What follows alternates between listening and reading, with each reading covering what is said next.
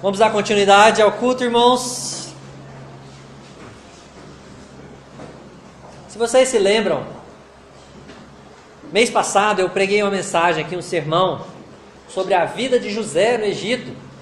Foi uma mensagem de 14 capítulos, não é? Começando no Gênesis 37, terminando no capítulo 50. E nessa mensagem eu enfatizei a soberania de Deus sobre as tragédias e sobre as bênçãos na vida de José, não é? Durante os próximos 3 domingos, a partir de hoje, nós estudaremos alguns textos bíblicos que mostram com muita clareza, extrema clareza, a existência plena, real, da soberania de Deus sobre os atos humanos, sem, contudo, eximir os homens de suas responsabilidades. Prestou atenção no que eu falei?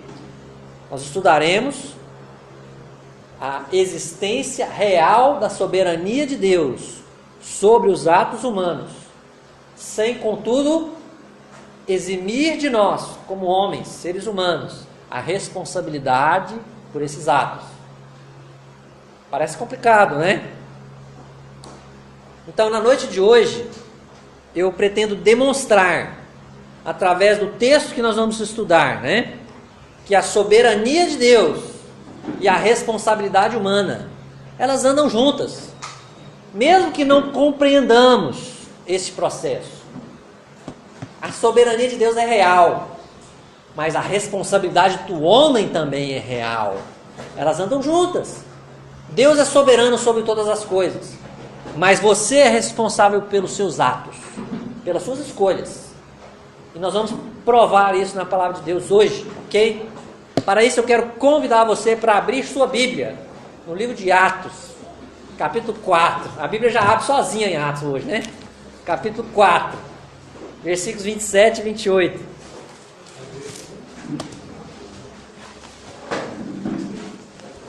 Atos, capítulo 4.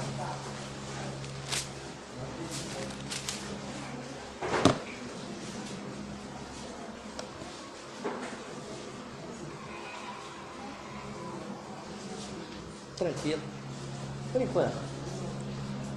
Atos 4, 2 versos 27 e 28.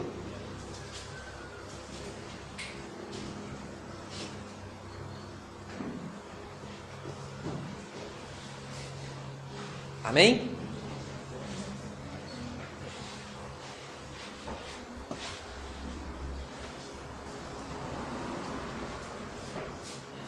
Na minha Bíblia está assim: porque verdadeiramente se ajuntaram nessa cidade contra o teu santo servo Jesus, ao qual ungiste, Herodes e Pôncio Pilatos, com gentios e gente de Israel, para fazerem tudo o que a tua mão e o teu propósito predeterminaram.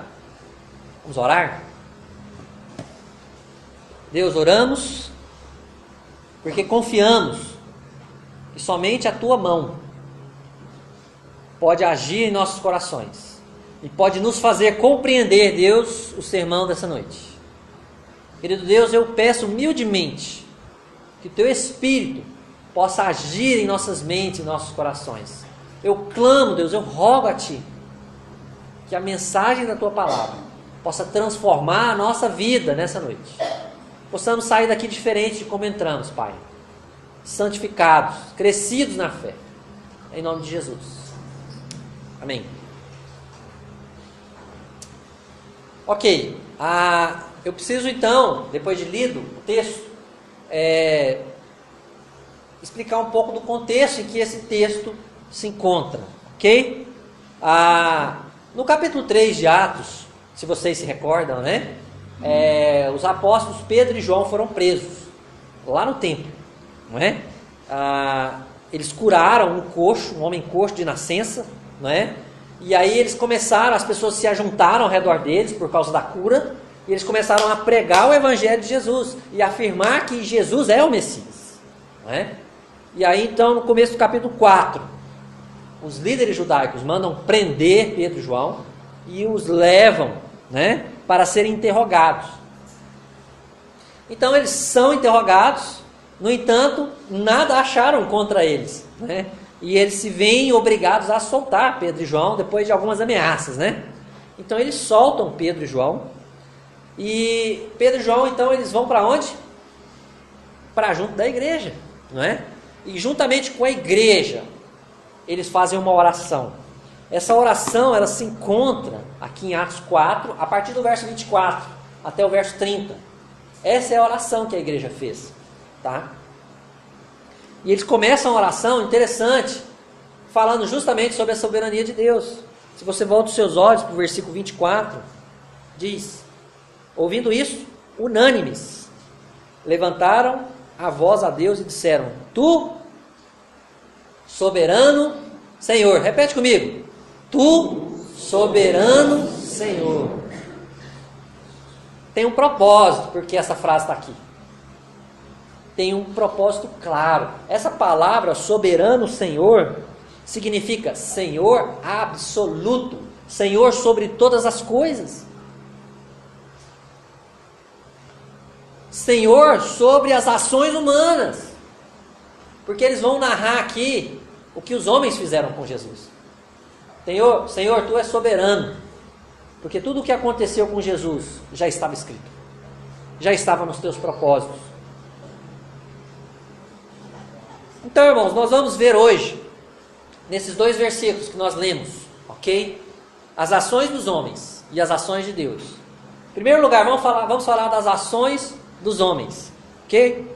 O que a Bíblia diz que os homens fizeram no verso 27? Olhem comigo. Porque verdadeiramente se ajuntaram nesta cidade. Então a Bíblia diz que eles se ajuntaram. Qual cidade? Jerusalém, ok? Essa palavra se ajuntaram, ok? Poderia ser traduzida por eles se uniram, ou eles se reuniram em Jerusalém. Mas não foi só isso que os homens fizeram. Se você volta os seus olhos para o versículo, diz que eles se ajuntaram nesta cidade contra o teu santo servo Jesus, ao qual ungiste. Eles não simplesmente se ajuntaram em Jerusalém, mas eles se ajuntaram em Jerusalém contra Jesus, o santo servo ungido de Deus. Eles se ajuntaram em Jerusalém contra Jesus, o santo servo ungido de Deus. Nós também sabemos, pela palavra de Deus, que estes homens traíram a Jesus, que estes homens negaram a Jesus, que eles castigaram e mataram a Jesus. A gente pode ver isso, por exemplo, no capítulo 3. Volte seus olhos para o capítulo 3, versos 13, 14 e 15. Acompanha comigo. Cadê a Bíblia? Acompanha comigo. Capítulo 3, versos 13, 14 e 15. O Deus de Abraão, de Isaque e de Jacó, o Deus de nossos pais, glorificou a seu servo Jesus, a quem vós traístes e negastes perante Pilatos, quando este havia decidido soltá-lo. Aqui Pedro então faz o discurso, depois que ele curou aquele coxo de nascença, as pessoas se reúnem, Pedro prega o evangelho. Vocês traíram a Jesus, vocês negaram a Jesus diante de Pilatos. Pilatos já tinha decidido soltar Jesus, vocês não, crucifica-o. Versículo 14: vós, porém, negastes o santo e o justo, e pedistes que vos concedesse um homicida. De Sarte matastes o autor da vida, a quem Deus ressuscitou dentre os mortos. Irmãos, então aqui a gente pode ver isso, que eles não simplesmente se ajuntaram em Jerusalém, que eles não somente se ajuntaram contra Jesus, mas eles traíram a Jesus, eles negaram a Jesus, eles castigaram a Jesus e eles mataram a Jesus. Os judeus fizeram isso com Jesus.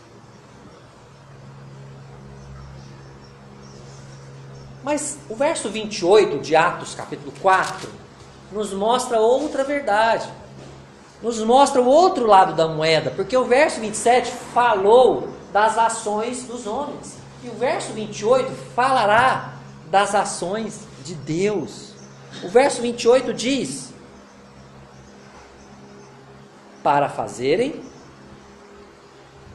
tudo o que a tua mão e o teu propósito predeterminaram. Então esse versículo, meus queridos, diz algo importante sobre as ações de Deus. O que a Bíblia diz aqui sobre o que Deus fez? A Bíblia diz que Deus determinou tudo o que aconteceria com Cristo. Deus determinou que Cristo seria traído, que Cristo seria negado, que Cristo seria torturado, que Cristo seria morto, que as pessoas se ajuntariam contra Jesus. Tudo isso estava predeterminado nos desígnios, nos propósitos de Deus. É o que a Bíblia diz. Nós não vamos consultar esse texto agora, você pode consultar na sua casa se você tiver interesse. O capítulo 53 do profeta Isaías diz que o Messias seria desprezado, que ele seria rejeitado. Lá diz essas palavras: rejeitado, desprezado, oprimido, humilhado. E diz que ele seria sacrificado como oferta pelos pecadores. E tudo isso aconteceu mais de 700 anos depois dessa profecia. Tudo isso já estava nos desígnios de Deus, nos propósitos eternos de Deus. Deus já sabe de todas as coisas. Deus já predeterminou todas as coisas. Deus já escolheu todas as coisas de antemão. É isso que a Bíblia diz. Mas, pastor Rodrigo, esse negócio está esquisito, está estranho. Aos nossos olhos parece um pouco incoerente essas verdades. As verdades de que os homens são responsáveis pelas suas escolhas. Mas Deus já determinou todas as coisas antes que elas acontecessem. Mas se Deus já determinou, como é que eu sou responsável por algo que Deus determinou? Vamos analisar com cuidado o que a Bíblia diz, ok? A Bíblia é muito clara em afirmar essas verdades. A Bíblia afirma a verdade número 1, que Deus é soberano sobre todas as coisas. E a Bíblia também afirma a verdade número 2, que você é responsável pelos seus atos, por cada um deles. Olha comigo, Salmo 139, 16, a parte B do versículo diz: no teu livro foram escritos todos os meus dias, cada um deles escrito e determinado, quando nenhum deles havia ainda. Então lá no Salmo 139 foi escrito isso, que Deus já havia escrito todos os nossos dias, determinado, diz aí o texto, antes deles existirem. Voltando para Atos capítulo 4, a gente observa na oração dos discípulos, os versículos 25 e 26, que eles citaram um texto do Velho Testamento. Durante a oração deles, eles citaram um texto do Velho Testamento. Esse texto é o Salmo 2, versículos 1 e 2. Olha o Atos capítulo 4, verso 25. Que disseste, por intermédio do Espírito Santo, por boca de Davi, nosso pai, teu servo: por que se enfurecem os gentios e os povos imaginam coisas vãs? Levantaram-se os reis da terra e as autoridades ajuntaram-se a uma contra o Senhor e contra o seu ungido.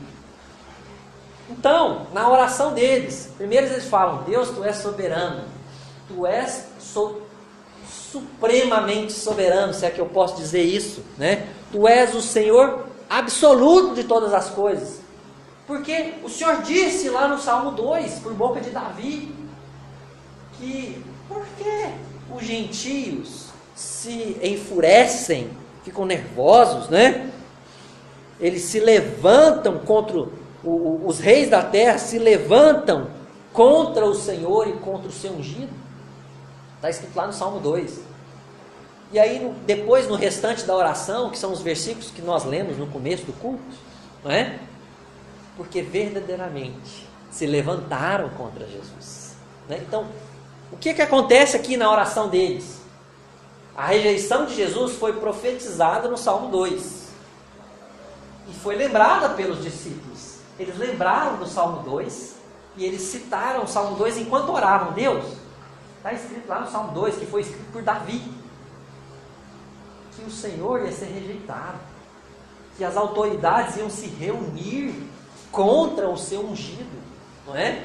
Então, os discípulos reconheceram a soberania de Deus sobre as ações cruéis dos homens. Enquanto eles passavam por aquela situação difícil, eles lembravam da palavra de Deus e oraram a Deus, falaram: Deus, tu és soberano, porque o Senhor já escreveu isso lá no passado. O Senhor escreveu que isso ia acontecer e de fato aconteceu.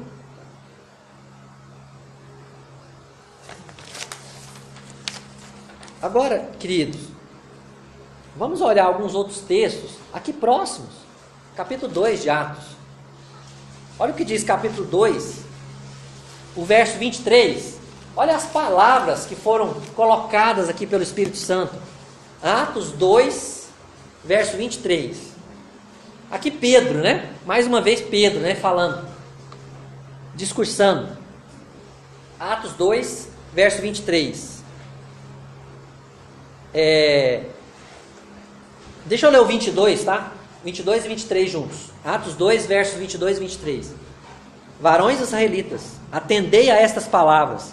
Jesus o Nazareno, varão aprovado por Deus, diante de vós, com milagres, prodígios e sinais, os quais o próprio Deus realizou por intermédio dele entre vós, como vós mesmos sabeis. 23. Sendo este entregue pelo determinado desígnio e presciência de Deus. Irmãos, o texto da Bíblia diz aqui, mais uma vez em Atos, que Deus já havia designado, escolhido, predeterminado que Jesus seria entregue. Ok? Olha o versículo 36, desse mesmo capítulo, Atos 2, 36. Esteja absolutamente certa. Não, desculpa, irmãos, é capítulo 3 agora. Capítulo 3, versos 17 e 18. Capítulo 3, versos 17 e 18. Acompanha comigo. Deus quer falar no seu coração. E agora, irmãos, eu sei que o fizestes por ignorância, como também as vossas autoridades. Mas Deus assim cumpriu o que dantes anunciara por boca de todos os profetas, que o seu Cristo havia de padecer. Já estava escrito. Deus controla soberanamente a história, inclusive o sofrimento de seu Filho Jesus Cristo. Então a Bíblia é clara. Deus predeterminou esses acontecimentos. Ao mesmo tempo que Deus designou esses acontecimentos, a Bíblia também mostra claramente, sem sombra de dúvidas, que cada um de nós é responsável pelas escolhas que fazemos. A Bíblia mostra que aqueles homens que mataram a Jesus foram responsáveis pelos seus atos. E vamos ver isso. Eu quero citar um outro versículo aqui, olha só. Mateus 26, 24. Porque o Filho do Homem vai, como está escrito a seu respeito. O Filho do Homem vai, como está escrito a seu respeito. Mas, ai daquele por intermédio de quem o Filho do Homem está sendo traído. Melhor lhe fora não haver, porque ele é responsável pelos seus atos. Ai daquele, porque ele vai pagar pelos seus atos. E pagou. E está pagando. E vai pagar por toda a eternidade. Judas Iscariotes. Nas mesmas passagens, irmãos, que eu acabei de ler para vocês, nós encontramos essa segunda verdade também, ok? A responsabilidade humana é claramente demonstrada. Volta para Atos 2 de novo, olha só. Nós acabamos de ler versos 22 e 23.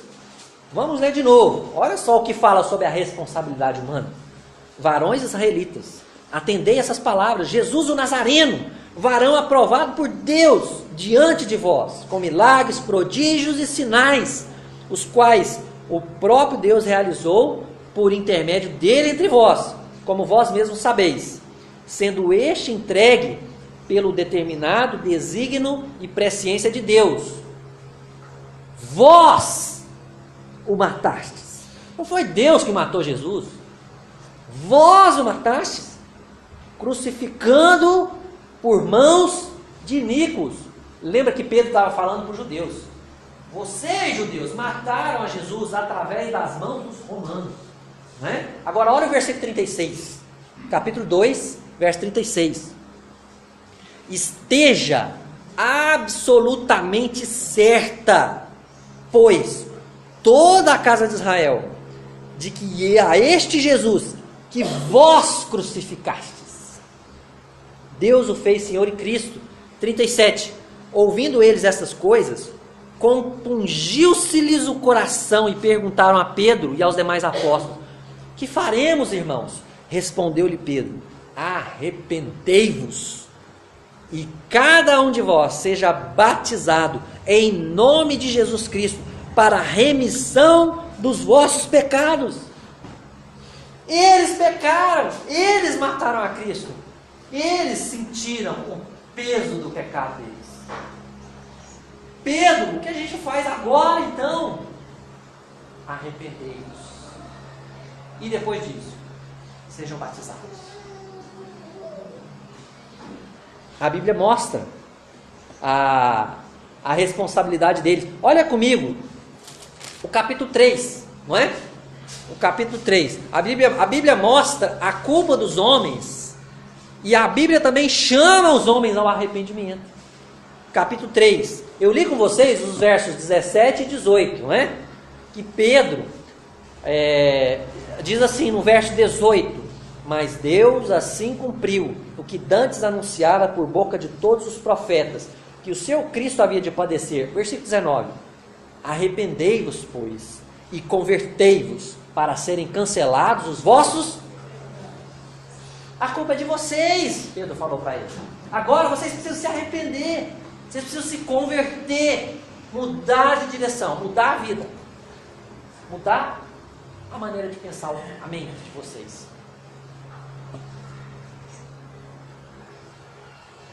Ao tentarem frustrar os planos de Deus, os inimigos de Deus de fato cumpriram seus planos, segundo os desígnios eternos já estabelecidos por Deus. Às vezes, meus irmãos, a gente quer eliminar uma dessas duas possibilidades. Não, Deus é soberano, então eu não sou responsável pelos meus atos. Não, eu sou responsável pelos meus atos, então Deus não é soberano. Mas não é isso que a Bíblia ensina. A gente viu hoje que Deus ensina as duas coisas. Que Ele é totalmente soberano, mas que nós somos totalmente responsáveis pelos nossos atos. E nós vamos pagar por eles. Então, tem coisas que, matematicamente falando, não dá para explicar, porque são coisas espirituais, são coisas de Deus. Mas dá para crer, dá para confiar, porque se a Bíblia diz, podemos crer, devemos crer, que Deus é soberano. Isso traz conforto, isso traz consolo à nossa vida, mas que somos responsáveis. Isso traz responsabilidade para nossas vidas. Eu quero, nessa noite, encorajar você a ser um pouco mais humilde, talvez, e aceitar a verdade do governo soberano de Deus sobre a sua vida, e aceitar também que você é responsável pelos seus atos. Porque se a gente não aceita isso, no mínimo a gente se acha tão sábio quanto Deus, né? Ou mais sábio do que Deus. Porque se a Bíblia afirma que é assim que acontece, a gente precisa crer no que a Bíblia afirma. Então eu quero fazer 2 desafios para vocês, tá? Primeiro desafio: enxergue e aceite a soberania de Deus. Nada acontece por acaso. Tudo tem um propósito. Lembra do versículo 28? Lá diz assim: para fazerem tudo o que a tua mão e o teu propósito pré-determinado. Tudo tem um propósito. Até mesmo a morte daquelas criancinhas lá em Janaúba tem um propósito que eu não sei dizer para vocês qual é. Mas Deus tem um propósito em todas as questões, em todas as permissões que Ele concede. Não é? Domingo que vem eu quero falar um pouco mais sobre isso. Mesmo, irmãos queridos, quando tudo está fora do nosso controle, tudo está dentro do controle de Deus. A Bíblia fala que esse mundo foi entregue na mão do diabo, mas que por baixo de tudo e por cima de todos, Deus é soberano. E Ele vai conduzir os acontecimentos de forma que tudo se cumpra. Tudo.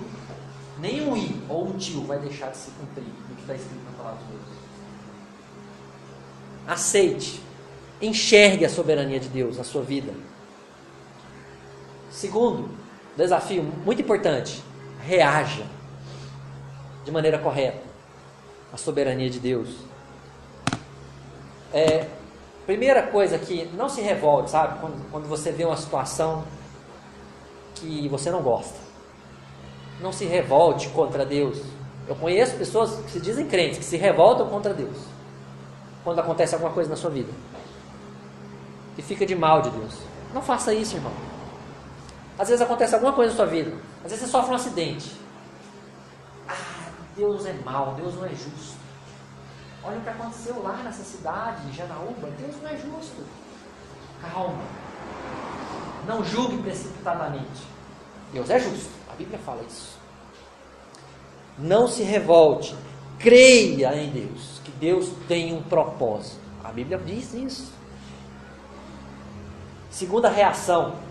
Aceite tanto o bem que vem na sua vida, quanto o mal. Lembra de Jó? Que ele falou para a mulher dele: olha, nós não temos recebido o bem de Deus, porque nós receberíamos o mal.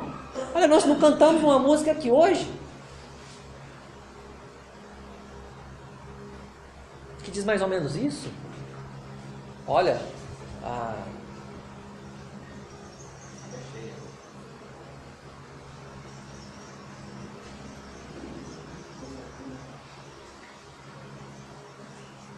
fugi a letra da música aqui, irmãos. Não.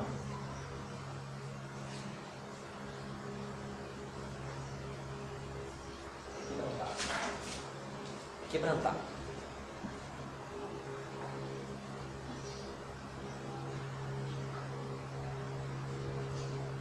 Peraí, vou pegar.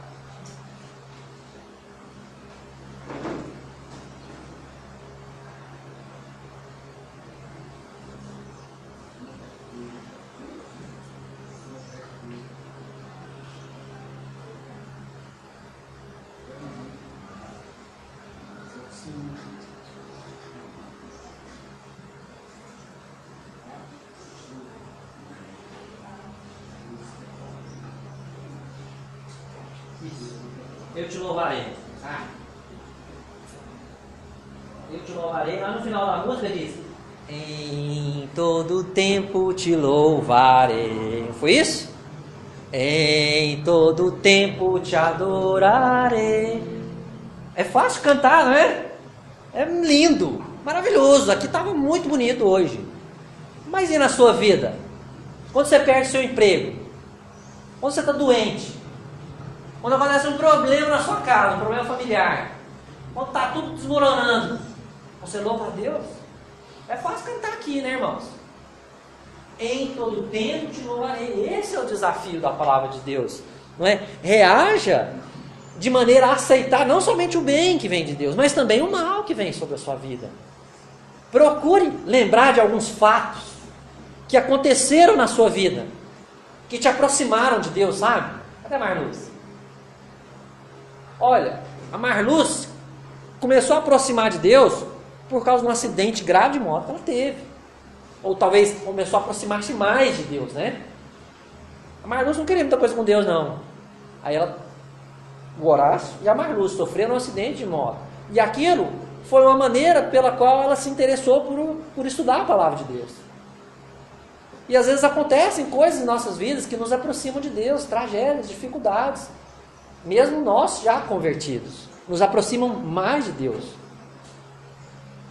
Lembre de situações na sua vida que aconteceu isso.